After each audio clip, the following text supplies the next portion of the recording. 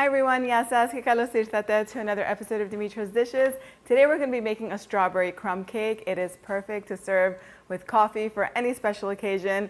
Comes together in no time and it's so simple to make. Let's get started.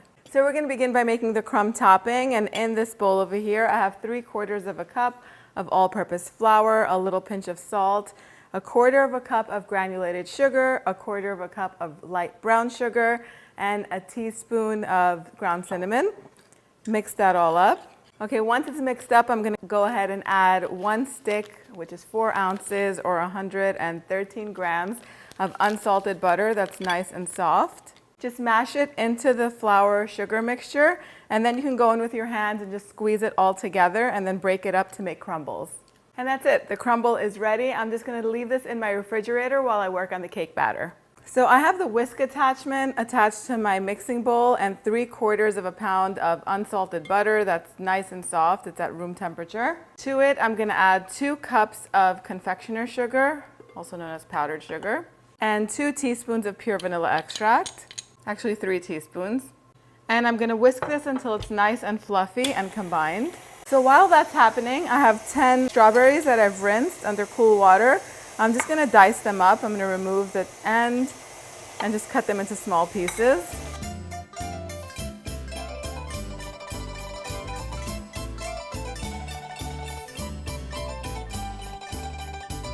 Next, I'm going to add 3 eggs that are at room temperature.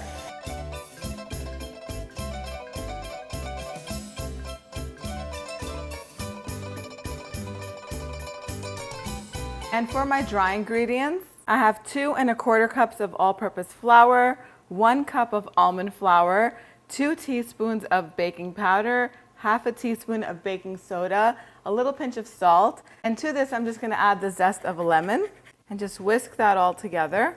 I'm going to add 1/2 cup of plain yogurt and the flour mixture a little bit at a time until it's all incorporated.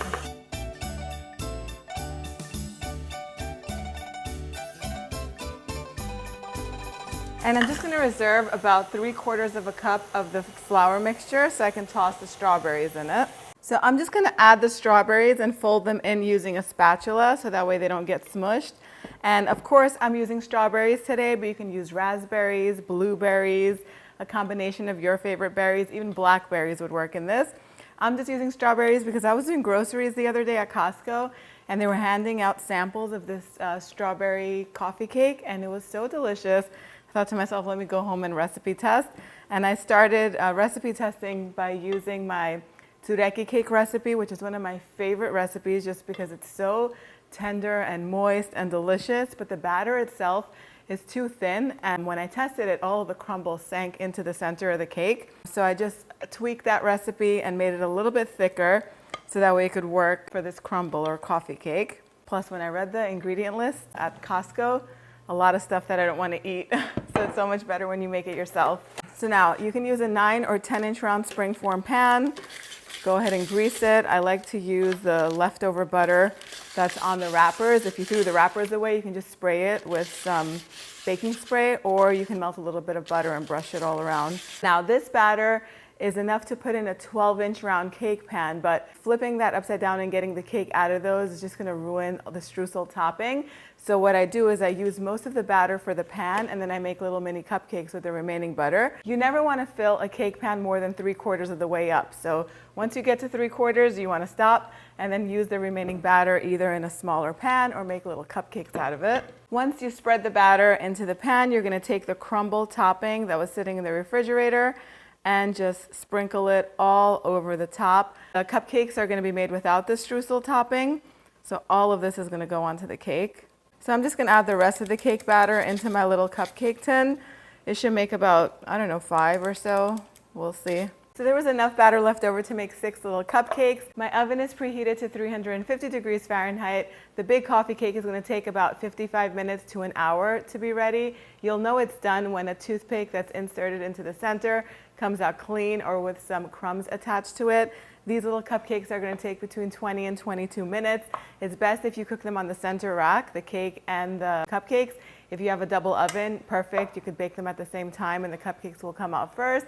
Otherwise, just wait for the cake to finish baking and then go ahead and bake the little cupcakes when the cake is done. I'll show you what they look like as soon as they come out. So my cake was ready in about an hour. It's gonna range anywhere from 55 minutes to an hour and 5 or 10 minutes. So you can start checking it at 55 minutes, and as soon as the toothpick that's inserted in the center or the cake tester comes out clean or with a few crumbs attached, then it's ready. Go ahead and run a knife around the edges to release the edges of the cake and let it cool completely in the pan. And then once it's cooled, go ahead and transfer it to a serving platter, and it's time to serve it.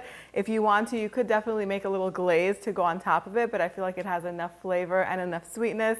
I wouldn't even bother with it, but you could if you wanted to. You could serve this with a scoop of ice cream or some homemade whipped cream, or like I'm doing it with some freshly sliced strawberries. That's really all it needs. It's time for the taste test.